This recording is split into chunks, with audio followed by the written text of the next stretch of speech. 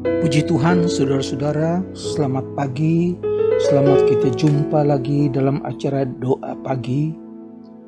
Bersyukur Tuhan berkemurahan memberikan kita kesehatan di hari yang baru. Sebelum kita mulai acara ini, saya ajak kita berdoa. Bapa yang ada di dalam sorga, kami datang kepadamu Tuhan. Terima kasih Tuhan, pimpin kami, bangunkan kami dengan tubuh yang sehat.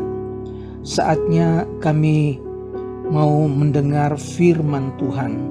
Kami ingin bersekutu dengan Engkau, menikmati hadirat-Mu Tuhan.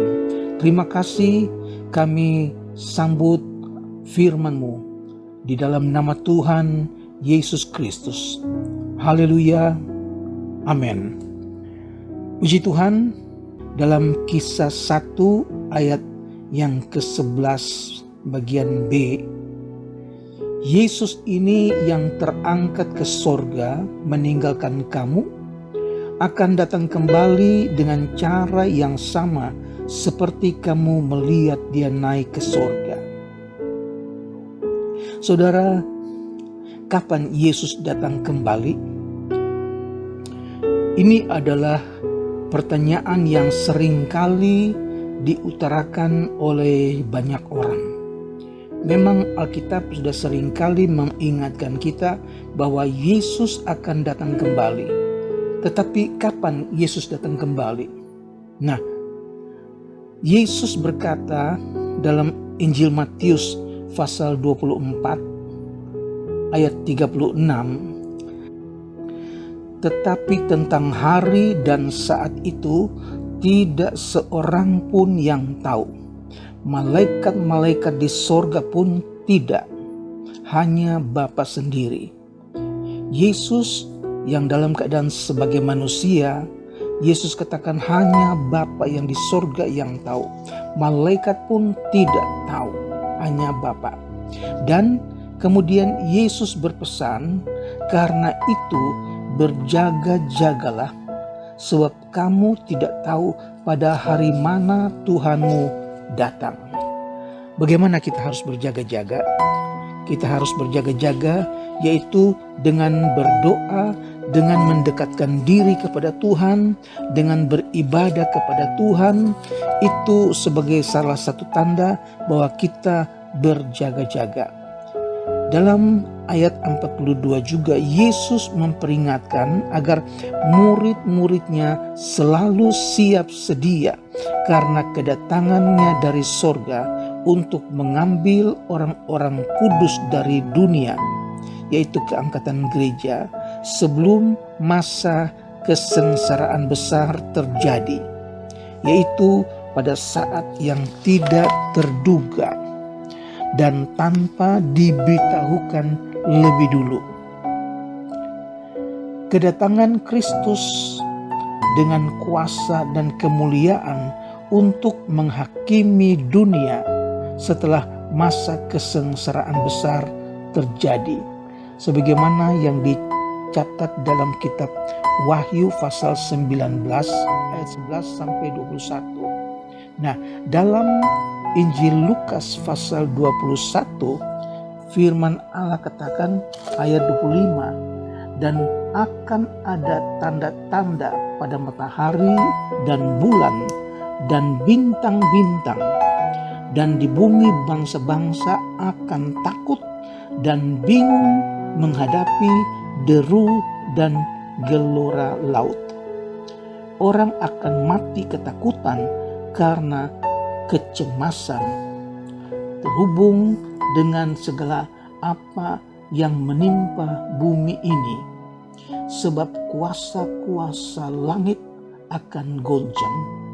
Pada waktu itu orang akan melihat Anak Manusia datang dalam awan-awan dengan segala kekuasaan dan kemuliaannya. Apabila semua itu mulai terjadi, bangkitlah dan angkatlah mukamu, sebab penyelamatmu sudah dekat. Saudara, meskipun hari tidak kita tahu, kapan kita tidak tahu, Tetapi melalui tanda-tanda zaman, Alkitab sudah mengingatkan bahwa tanda-tanda zaman itu membuktikan bahwa Yesus akan segera datang kembali. Salah satu tanda, orang akan mati ketakutan karena kecemasan berhubung dengan segala apa yang menimpa bumi ini. Saudara, begitu banyak tanda-tanda yang kita lihat, mulai dari tsunami, gunung berapi, peperangan, bahkan virus yang merajalela di seluruh dunia, membuat orang panik, orang ketakutan, orang cemas. Dan ini baru salah satu tanda. Dan kalau tanda-tanda ini kita sudah lihat, kita sudah alami, firman Allah katakan itu tandanya bahwa Yesus akan datang kembali. Dalam ayat 31, orang dapat mengetahui bahwa waktu penyataan Yesus dalam kemuliaan untuk menegakkan kerajaannya sudah dekat, dengan cara memperhatikan tanda-tanda zaman ini. Sebaliknya, kedatangan Kristus kembali bagi orang percaya yang setia, bagi gerejanya, pada waktu yang tidak diketahui dan tidak disangka-sangka. Memang firman Allah sudah ingatkan bahwa kedatangan Tuhan itu bagaikan seorang pencuri yang tidak kita duga, yang tidak kita sangka. Oleh sebab itu berulang kali Yesus katakan siap sedia, waspada, berjaga-jaga. Saudara, bagaimana dengan orang-orang yang tidak percaya? Dalam 2 Petrus 3 ayat 3 dan 4, yang terutama harus kamu ketahui ialah bahwa pada hari-hari zaman akhir akan tampil pengejek-pengejek dengan ejekan-ejekannya, yaitu orang-orang yang hidup menurut hawa nafsunya. Kata mereka, di manakah janji tentang kedatangannya itu? Sebab sejak bapa-bapa leluhur kita meninggal, segala sesuatu tetap seperti semula pada waktu dunia diciptakan.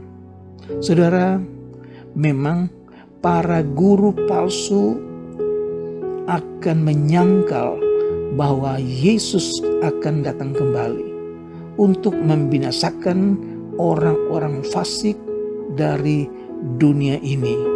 Saudara, tampil pengejek-pengejek yang menjelek-jelekan tentang janji-janji Tuhan. Dan kalau kita sudah melihat ini terjadi, ini merupakan tanda-tanda yang sudah digenapi oleh firman Allah. Dalam Wahyu pasal 19 ayat 11, salah satu tanda yang ditulis, aku melihat sorga terbuka. Sesungguhnya ada seekor kuda putih dan ia yang menunggangnya bernama yang setia dan yang benar. Ia menghakimi dan berperang dengan adil. Saudara, ayat ini menyatakan awal kedatangan Kristus di kali yang kedua ke bumi sebagai Raja segala raja dan Tuan di atas segala tuan. Ia datang dari sorga sebagai Mesias untuk menegakkan kebenaran dan keadilan, untuk menghukum bangsa-bangsa dan berperang melawan kejahatan. Inilah peristiwa yang dinanti-nantikan oleh orang-orang yang setia dari segala angkatan. Jadi saudara, sebagaimana murid-murid yang di Galilea melihat Tuhan Yesus naik ke angkasa, dia juga akan turun dengan cara yang sama. Kapan waktunya tidak ada yang tahu. Tapi Alkitab sudah mengingatkan bahwa melihat keadaan-keadaan zaman ini, kita tahu tidak lama lagi Yesus akan datang lagi. Oleh sebab itu, sebagaimana Yesus pesankan berulang-ulang, bersiap-siap, waspada, berjaga-jaga. Saudara, kiranya firman Tuhan pagi hari ini mengingatkan kepada kita supaya kita tetap semangat di dalam Yesus. Biar iman kita kepada Yesus tidak berkurang. Mari kita saling mendoakan, saling menggiatkan diri dalam pelayanan kepada Tuhan, karena kapanpun Tuhan datang tidak ada yang tahu. Tetapi ketika kita masih ada di dunia ini, Tuhan berikan kita kesehatan, Tuhan berikan kekuatan, pakailah itu untuk melayani Tuhan. Puji Tuhan, Tuhan Yesus memberkati. Mari kita berdoa. Bapa di sorga, kami mengucap syukur firman-Mu yang sudah kami terima pagi hari ini mengingatkan kami lagi bahwa Yesus yang terangkat ke sorga, Dia dengan cara yang sama akan datang kembali menjemput orang-orang percaya, orang-orang kudus. Oleh sebab itu Tuhan, kapan waktunya kami tidak tahu, tapi yang kami tahu tanda-tanda zaman sudah mengingatkan kami bahwa Yesus akan datang segera. Terima kasih buat firman Tuhan. Kami bersyukur Tuhan, Engkau masih mengingatkan kami supaya hidup kami berkenan kepadamu Tuhan. Hamba-Mu berdoa buat keluarga-keluarga yang sedang mengalami kesusahan, mengalami kesukaran, mengalami kekurangan keuangan ya Tuhan. Tuhan berkati mereka. Apa yang mereka perlukan, apa yang mereka butuhkan, kiranya Tuhan cukupkan di dalam nama Yesus. Hamba-Mu berdoa buat jemaat Tuhan yang sakit, yang berkekurangan, yang dalam kelemahan. Kuasa Tuhan tidak pernah berubah. Nyatakan kemurahan-Mu, kesembuhan, kekuatan. Berkati mereka ya Tuhan Yesus. Biar hidup mereka pakai untuk memuliakan Tuhan.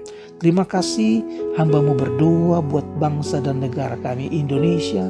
Tuhan berkati pemerintah kami dari pusat sampai ke daerah. Berikan mereka roh takut akan Tuhan. Mereka dapat membimbing memerintah negara Indonesia dengan takut dan hormat kepada Tuhan. Terima kasih. Kami akhiri acara doa pagi dengan mengucap syukur. Kami serahkan sepanjang hari ini ke dalam tangan pemeliharaan Tuhan. Di dalam nama Tuhan Yesus Kristus. Haleluya. Amin. Puji Tuhan, Tuhan memberkati. Selamat beraktivitas. Amin.